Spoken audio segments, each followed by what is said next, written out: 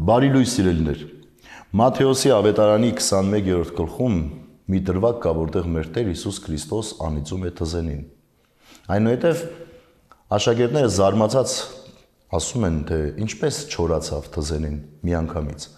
Եվ Տեր Հիսուս Քրիստոս փոխանակ բացատրի, թե ինչ է տեղի ունեցել թզենու հետ եւ ինչու այդպես եղավ, մեկ ուրիշ նախադասություն է ասում, որն ավելի խորն է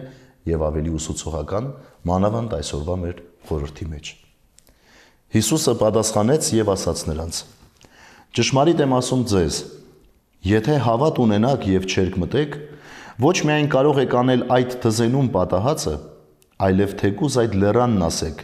ելիր ու ծովն ընկիր կկատարվի։ Այն ամենը, ինչ աղոթքի մեջ հավատով խնդրեք, կստանաք։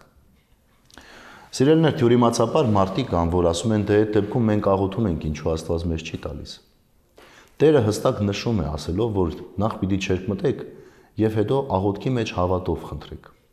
Հավատով խնդրել չի նշանակում հավատալ, որ Աստված կտա, նշանակում է, որ հավատալ Աստծուն եւ այդ հավատքը գործուն հավատք դարձնել։ Այսօր մեր հավատքը միշտ չէ որ գործում է։ Մենք ասում ենք այո, հավատում ենք Տիրոջը, բայց նույն վայրկյանին կամ 1-2 րոպե անց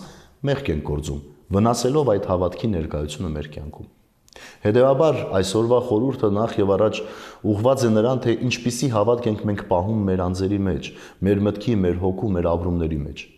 Արդյոք այդ հավատքը ամուր է, անսասան է, թե միայն այն դեպքի համար է, երբ մենք խաղաղ ենք, ամեն ինչ նորմալ է մեզ մոտ, իսկ երբ մի փոքր փորձություն է լինում, մենք երկմտանքի մեջ ենք լինում, վախը, տարակուսանքը եւ հիասթափությունը պատում է մեզ։ Այս դեպքում մեր հավատքը տկար է։ Եվ այո, Տեր Հիսուս Քրիստոս ասում է, եթե հավատքով խնդրեք, պիտի տրվի ձեզ, բայց այն հավատքը, որ անսասան է։ Ուրեմն այսօրվա խորհրդի մեջ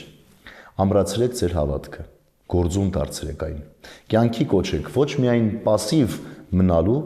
այլ գործուն հավատք դառնալու համար։ Այսինքն ոչ միայն խոսքով ասելու, որ ես հավատում եմ Տիրոջը, այլ իմ գործը եւ ապրումը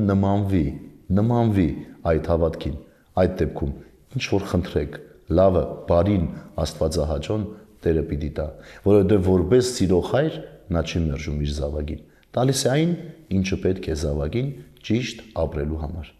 Բարի եւ խաղաղ օր ձեզ բոլորիդ սիրելիներ։ Աստված օրհնի ամենքիս։